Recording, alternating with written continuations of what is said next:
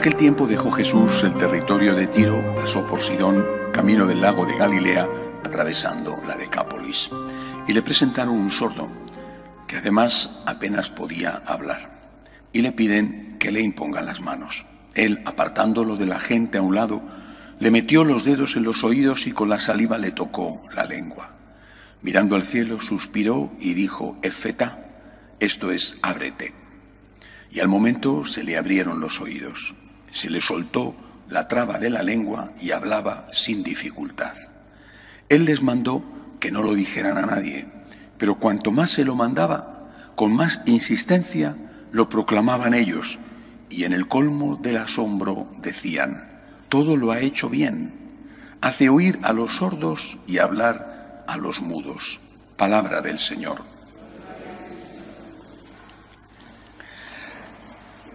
Siempre es una cosa básica para entender la Biblia, siempre hay que interpretar lo que escuchamos referido a los milagros de Jesús como hechos históricos y a la vez simbólicos.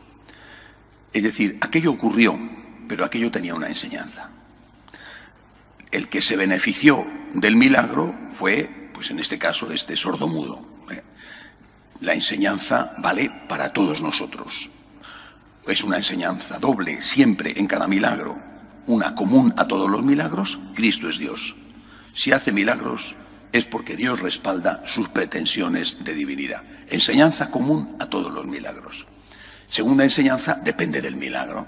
En este caso, hace oír a un sordo que además era mudo y le permite hablar. Bueno, ese es el símbolo. Pero insisto, porque algunos dicen, los milagros son símbolos. No, los milagros son hechos históricos que tienen una enseñanza, es decir, históricos y simbólicos a la vez. ¿Cuál es la enseñanza de hacer oír al sordo y hablar al mudo? Bueno, a veces hay tres cosas, ¿no? También está que el ciego vea y una cuarta, que el paralítico ande. Siempre son, estas cuatro cosas son aspectos de lo mismo. En este caso, dos de ellas. ¿Quién es sordo? Sordo es el que no escucha a una persona que está a su lado pidiendo ayuda. Cuando nos encontramos con Jesús, nos convertimos en personas que recuperan el oído. Es decir, empiezas a oír que hay alguien que te está suplicando, que hay alguien que está pasándolo mal. Cuando no has estado con Jesús o te has alejado de Jesús, te encierras en ti. Y a tu alrededor hay gente que lo está pasando mal y no te das cuenta, porque estás tan encerrado en ti que no tienes oídos para escuchar. Vives pendiente de ti, de tus problemas, de lo que tú sufres, de lo mal que te tratan, de lo víctima que eres. Y a tu alrededor hay otros a los cuales quizá eres tú el que les estás tratando mal, porque a lo mejor ellos se están quejando de ti. O no tienes tú nada que ver con el asunto, pero también están pasándolo mal. No les estás escuchando. Es el mismo símbolo, repito, por ejemplo, de la luz, ¿no? No estás viendo. Es muy curioso, en esto las señoras sois muchísimo más listas que los señores, en general. Os dais cuenta, y los señores casi nunca nos damos cuenta. ¿Por qué tu hijo ha cambiado? O puede ser porque de repente tenga más granos en la cara y las hormonas estén haciendo fechorías, ¿no? Bueno, pero a lo mejor ese cambio es por algo. Quizá están pasándolo mal en el colegio, quizá le están haciendo bullying. Algo os ha enamorado, algo. Tienes que darte cuenta, tienes que ver por qué tu esposa o tu marido está más irascible.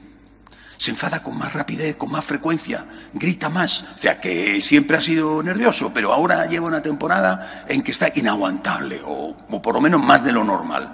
¿Qué está pasando? Eso es tener ojos para ver, oídos para escuchar. Cuando tú estás cerrado en ti, no te das cuenta de nada, porque solamente estás pendiente de tu ombligo. Seguramente porque tengas muchas cosas que te están afectando y te están haciendo daño. Cuando tú te encuentras con Jesús, empiezas a mirar alrededor, a escuchar alrededor. Empiezas a oír voces, no de fantasmas, sino de personas que piden ayuda. Mientras que de la otra manera tú estás cerrado, no te enteras de nada. ¿Por qué? porque no escuchas a nadie. Después viene lo de hablar. ¿Qué significa hablar? Hablar significa defender.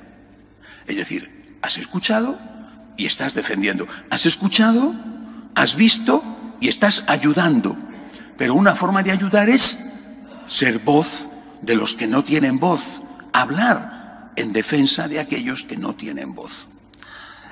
Yo creo que esto la Iglesia, en lo que yo conozco, ¿verdad? Seguramente que ha sido así siempre, pero en lo que yo conozco esto la Iglesia lo ha hecho en su conjunto.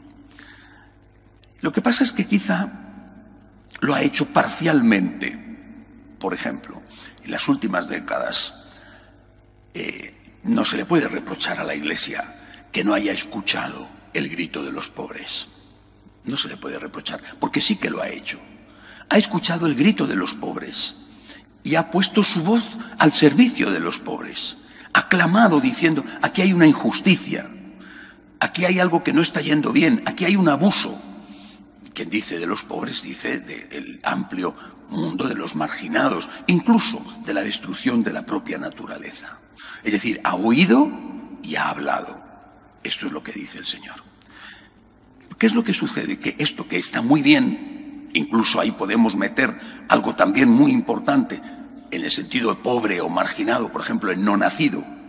La Iglesia ha escuchado la voz del no nacido que no puede ni expresarse. El que no tiene voz porque no le dejan hablar, aún no puede hacerlo, ha escuchado esa voz, lo mismo que ha escuchado la voz del que no tiene para comer y ha hablado para defender al que no tiene para comer o al que no ha nacido o al anciano que le van a matar. Bien, esto lo ha hecho la Iglesia. Yo creo que nunca nada es perfecto, pero bastante. Pero es la única voz que grita. Es la única persona que necesitamos defender. Yo creo que no. Hay otras cosas. Hay un texto de Isaías, en el capítulo 56, si no recuerdo mal, es el versículo 10. Dice... Está Isaías en el contexto de la destrucción de Jerusalén, el destierro a Babilonia. Dice Isaías, el profeta Isaías, a lo mejor de Isaías, ¿quién es ese señor? El profeta Isaías. Dice el profeta Isaías que sus centinelas son ciegos, dice, centinelas ciegos, nadie sabe nada, perros mudos. A mí esto me impresiona, porque ¿de quién está hablando? De los pastores. Uy, no he conocido nada más duro contra la jerarquía de la Iglesia que el texto que escribe San Agustín, la homilía de San Agustín sobre los pastores. Terrible, comentando esto, perros mudos, perros mudos. Es decir, hemos visto la gente sufrir y hemos hablado. Hemos visto el niño que no ha nacido y hemos hablado. Estamos viendo la gente que se marcha de la Iglesia porque no se les habla de Dios. No. Hemos hecho una iglesia social, que está bien, pero es parcial. Y la gente que no se le habla de Dios, esta gente no la estamos viendo, no la estamos oyendo y no la estamos defendiendo. Es decir, la iglesia está para lo que está. De forma secundaria, lo cual no significa que no sea importante, pero de forma secundaria, no de forma primaria, sino de forma secundaria importante, pero secundaria. Hay que dar de comer al hambriento y hay que defender al no nacido. Pero lo primero, de forma primaria, lo primero es hablar de Dios. Se nos van los datos de ayer sobre la caída en un año de 1,5 puntos de confesión católica en España, de los que se confiesan católicos, son estremecedores. Si en un año hemos perdido 1,5 puntos, en 10 años perderemos 15 puntos. Es decir, estamos en una situación de caída, no digo de caída libre, pero sí desde luego muy acentuada. Perros mudos, guías ciegos. ¿Qué nos está pasando? Escuchamos al que no tiene para comer, ¡qué bien! Escuchamos al no nacido, ¡estupendo! Le prestamos a uno y al otro nuestra voz y no hablamos de Dios. No escuchamos a los que dicen, yo voy a la iglesia a que me llenen el corazón. Yo voy a la iglesia a que me ayuden a encontrarme con el Señor, porque Él es el único y no el cura. Él, el Señor, es el único que me da la fuerza para llevar mi cruz. mi cruz. Es decir, la convivencia difícil, la enfermedad, el problema económico, mi cruz. Esto es una situación, repito, tan grave y tan universal que nos estamos convirtiendo en guías que no quieren ver, guías ciegos, y en perros mudos que no quieren hablar. Pidámosle al Señor que nos ayude. De pie, por favor.